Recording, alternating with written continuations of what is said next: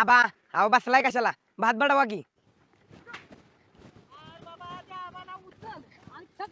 ए मध्या जायचं का?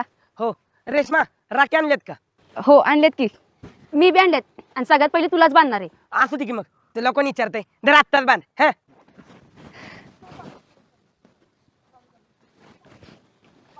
रेश्मा मला बी बांध ग, मला सख्खी बहीण नाही. बांधते. मला तरी कुठे भाव आहे? होय मग तू आब्याला बांध की राखी तू होईल की भाऊ. असं बी त्याला कुठं बहीण आहे. माकडा नाते कळतात का रे तुला?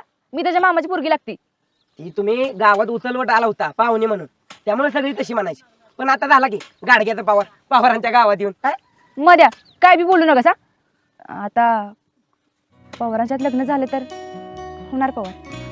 अभ्यासातलं वाईट कमी कळत असेल पण असलं सगळं कळतं वगैरे रेश्मे. सगळ्या ईशात पास आहे मी. तुझ्याकडे नाही भोपळं पडलं दोन ईशात. होय रेश्मे, तरी बी आजकाल करतात की मामाच्या पोराला मामी भाऊ.